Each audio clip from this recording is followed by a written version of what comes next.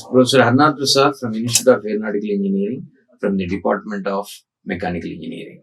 Further, in the theory of machines, we are dealing with the kinematics of machines. In the kinematics of machines, we are going to deal with the kinematic pairs. In the kinematic pairs, we should understand first a mechanism, a part of machine which transmits motion and power from input to the output point. A planar mechanism, when all the links of a mechanism have plane motion, it is called planar mechanism. All the links in a planar mechanism move in planes parallel to reference plane.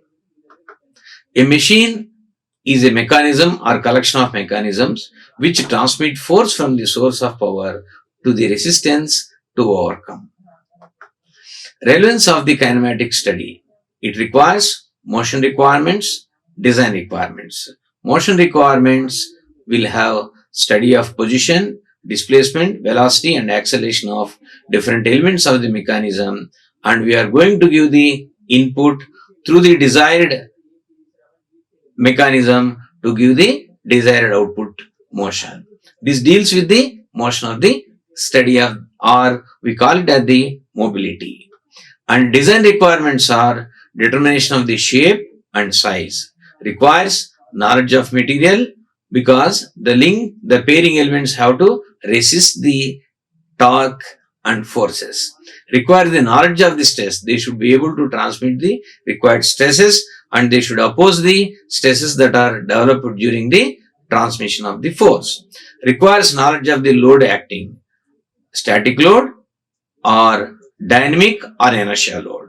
Static load is the one which is constant with respect to time, and when it comes to inertial load requires acceleration. As we are showing in the animation, a piston is transmitting the translatory motion to a rotating motion, and whereas the piston of the inertia of the piston, if it is taken into consideration, we call it as the dynamic or inertial load.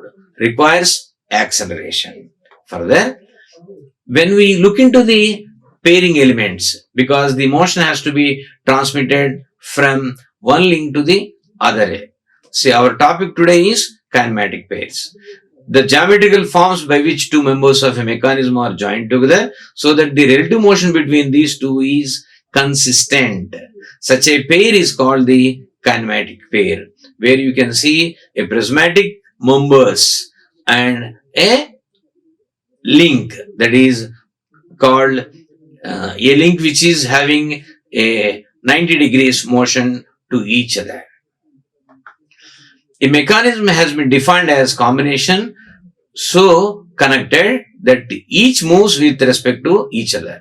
A clue to the behavior lies in the nature of connections known as the kinematic pairs. The degree of freedom of a kinematic pair is given by the number of independent coordinates required to completely specify the relative motion. The degree of a mechanism is defined as the number of independent coordinates into, if is going to be one mass, then number of masses into the number of directions in which the mass can be displayed. That will give the degree of freedom of a kinematic pair. Based on the kinematic pairs are classified based on the nature of contact between the elements, and the first classification is the lower pair. A joint by which two members are connected has surface contact. A pair is said to be a lower pair when connection between the two elements are through the area of contact. It is 6 types of lower pairs are available. Revolute or turning pair, prismatic or sliding pair, screw or helical pair, cylindrical pair, spherical or globular pair, flat or planar pairs. And in the previous slide, we have shown that is a lower pair, and we are going to have the higher pair when the contact between the pairing elements takes place at a point or along a line. For example, if you look at it, a gear, wherein the gear tooth will have a line of action which is shown through the red line, changes and it remains constant as the tooth moves from the path of contact or arc of contact, path of contact, wherein that is into the screen. If you look at it, it is considered to be a line. The other example for higher pair is an inner race along with the outer race. The ball will have a point contact in a spherical ball. In a roller bearing, the roller will have a line contact with outer race, and a roller will have a line contact with the inner race in a ball or roller bearing. These are the examples in which in the higher pair, the contacting or pairing elements need not have the geometrical similarity, unlike we have it in the lower pairs. And based on the relative motion between the pairing elements, where a sliding pair, which is shown in the diagram A, which will have 1 degree of freedom as the pairing elements are having only in one direction, that is the translatory motion it can have. A turning pair, that is the revolute pair, where degree of freedom is 1, where the shaft can rotate in the a journal bearing. It can rotate in a journal bearing as we have shown in the B, where the degree of freedom is 1. When you consider the cylindrical pair, which is shown on the right hand side, it is not colored. So it can have both a rotation degree of freedom as well as the translatory motion. When these are the examples where we have shown the acylindrical pair having 2 degrees of freedom in a bearing, a spherical bearing or a cylindrical bearing. And when you consider to a rolling pair where A and B is considered to be having a belt drive, where the rolling pair and turning pair are different.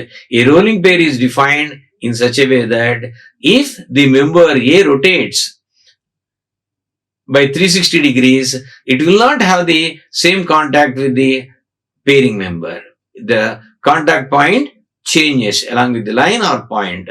And a turning pair is after complete revolution, it will come in contact with the same component or same point on the other pairing element. Further, based on the relative motion between the pairing elements, a spherical pair, which will be a socket and ball joint, which is an example for our in automobile, the gear shifting lever, or in the human anatomy where the shoulder joint. And these are all the examples have been shown as the spherical pairs. When it comes to helical pair or screw pair, which will have only 1 degree of freedom, which will show that a screw and nut, when we are showing it, will have, looks to be having a both translatory as well as the rotatory. But the point here, what we have to understand is the pitch is the distance which will move in a translatory motion for complete 1 revolution. But the correlation between translatory motion and the rotary motion is coordinated. Hence, it is also an helical pair or screw pair is having only 1 degree of freedom, and it is a lower pair where the geometry of the nut and the screw are similar.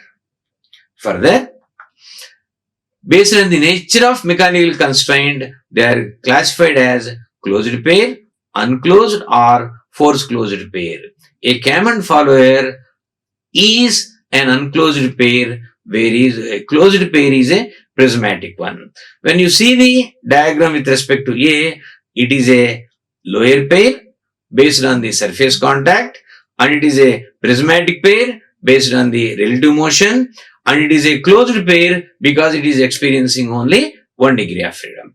When it comes to unclosed or forced closed pair, means a common follower happens to considered as the closed pair, unclosed pair, and it is experiences 2 degrees of freedom.